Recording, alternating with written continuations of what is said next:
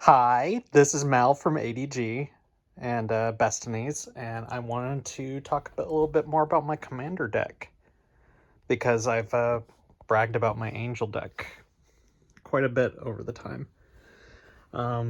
My commander, currently Sigarda, Font of Blessings. Other permanents you control have hexproof. You may look at the top card of your library at any time, and you may cast angel spells and human spells from the top of your library. Almost every single creature in my deck is either an angel or a human. There are a couple exceptions, but they're pretty good. The former commander was Shalai, which you, planeswalkers you control, and other creatures you control have hexproof, very similar to Sigarda, and also can put a +1/+1 counter on each creature you control, which worked really good with Together Forever, which made it so I could get creatures when they died. I could save them, basically. And Giada, Font of Hope, when angels enter the battlefield, they enter the +1/+1 counter, which really worked with Together Forever very well. To also protect my board, I have Privileged Position. Other permanents you control have hexproof.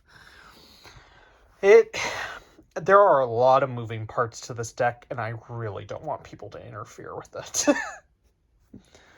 So protection is a bit paramount to me, and I love green. White-green, I have access to so much land ramp. Yavimaya Elder, Boseiju, Crowsand Verge, you happen upon a glade, Armiliar Spear, Blighted Woodland, Kodama's Reach, Cultivate, Myriad Landscape. I'm so happy.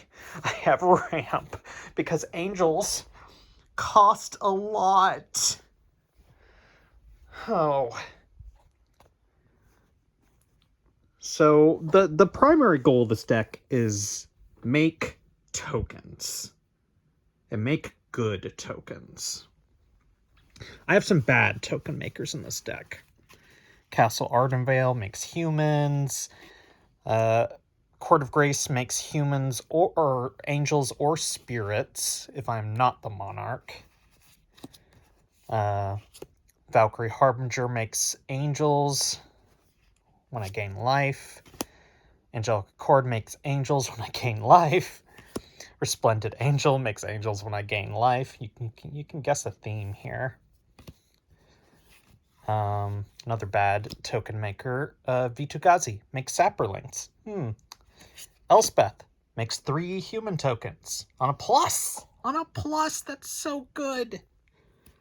Whenever I cast a white spell, make a white warrior creature token. I have both Doubling Season and Anointed Procession for hypothetically 4 times the token creation. But I think the big thing that makes all these token makers so good is Divine Visitation. Whenever I create tokens, they instead turn into angel tokens. So powerful. So all these shitty token makers now make angels with flying and vigilance. And I have so many tokens. I have soldiers, I have angels, angels with flying and vigilance. This one's my favorite. That's a great sword. I love this deck so much. I make tokens. I do good things. I do have some ramp in here. Colossal Majesty at the beginning of upkeep. If I have creature 4 power or greater, I draw a card. Angels, generally speaking, minimum 4 power for the most part. Frontier Siege. Whenever a creature with flying enters the battlefield under your control, you may have it fight a creature you token control. So I can make the token angels I am making into removal. I mentioned angels are expensive earlier. Well, Mirari's Wake can double the land I can create. We have some more ramp in here. Benny Brax is one of the people that is not a human or an angel in here. Benny Brax, zoologist from New Capenna. At the beginning of each end step, if I create a token this turn, draw a card. So between that and Colossal Majesty, I can be drawing at least 3 cards a turn. Possibly 4 cards a turn with Cosmos Elixir, assuming my starting life total is greater than where it was. Angelic Course. Whenever a creature enters the battlefield under your control, gain life equal to its toughness. Heliod Sunground.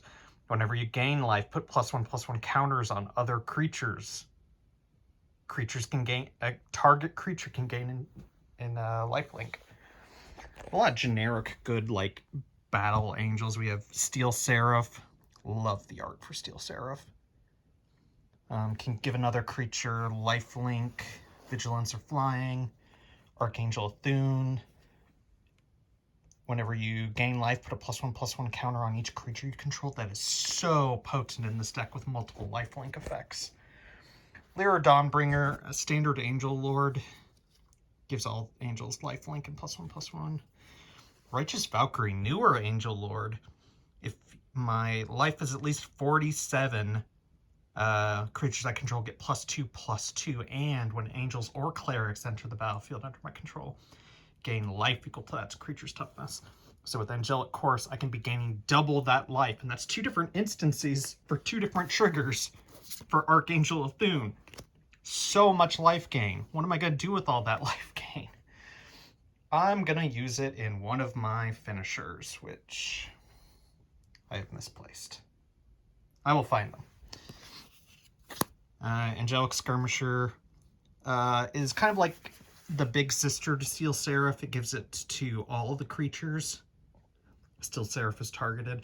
I might cut Steel Seraph. It's just a really fun card, I think. A lot of these angels are important to find, as are some of the enchantments in this deck. So I have things like Idyllic Tutor, Eladamri's Call, or if things die, I have things like Celestine Living Sate, who is technically a human, but is very angel-like and can get things back from the graveyard, as can Martial's Anthem. Defense of the Heart can find creatures and put them straight onto the battlefield. Congregation at Dawn can stack my deck with 3 different creatures. A lot of good fetches. Some standard protection like Swiftfoot Boots, Lightning Greaves. Other token maker, Moonsilver Spear. There's some good utility lands. I have Thespian Stage so I can copy that lands. Potentially got Rogue's Passage to get damage through. Emeria the Sky Ruin to get things back from the graveyard. Seraph Sanctuary for another source of life gain when angels enter the battlefield. I have a bunch of other ways to protect my cards. While I'm in white-green, I generally don't have access to counters. I have some cards that I consider like counter spells. Almost like Teferi's Protection, Generous Gifts Removal. Lapse of Serenity. I have actual white counter that I do have in here. Tamio Safekeeping, give a target hexproof. That's kind of like a counter spell. God's Willing, similar, except it's protection. Cosmic Intervention. Teferi's Protection, 2. Heroic Intervention. Everything gets hexproof. Rebuff the Wicked. Another counter spell in white. Removal. Darksteel Mutation. Beast Within. Removal. Swords to Plowshares. Removal. I don't run board wipes in this deck. And I've come to regret that a couple times. But I really feel that if my board just goes away, I might as well be losing the game. I have a couple creatures up here that are my super defenders. Like, they're really difficult to hurt me. Or I can stop commander damage. Protection from all colors as long as it's untapped. Mother of Runes, target creature gains protection till end of turn.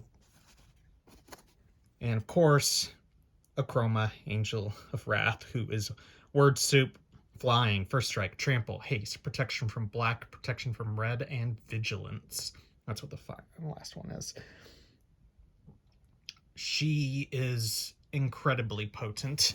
A lot of the threats... I have a friend that runs a Corval deck, which is red and black and green, and he hates whenever Akroma is out.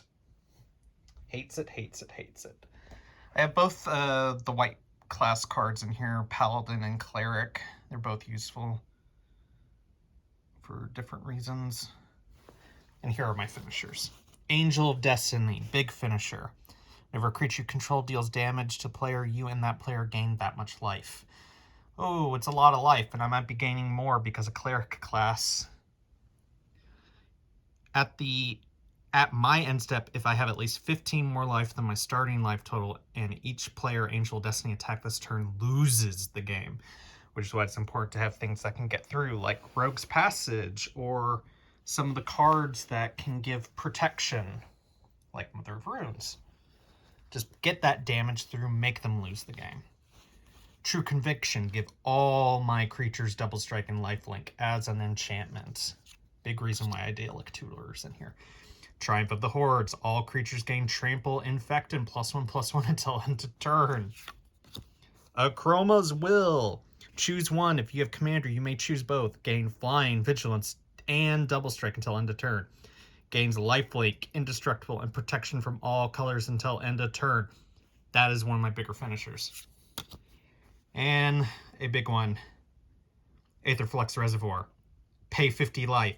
Aetherflux Reservoir deals 50 damage to any target. I've run some other finishers in here, like the life total ones, where, oh, you win the game if you are at this life total at the beginning of your upkeep. And I just find that really boring. You already start at 40, so Feladar's Sovereign, well, that one's 40, and Test of Endurance is 50, so it feels a little unfair, honestly, because if I can survive the first few turns of the game, this is definitely a casual deck. If I can survive the first few turns of the game, I'm good. I really enjoy this Angel deck. Thank you for listening to me ramble for 12 minutes about my Angel deck. I might do this for some of my other decks in the future. All right, goodbye.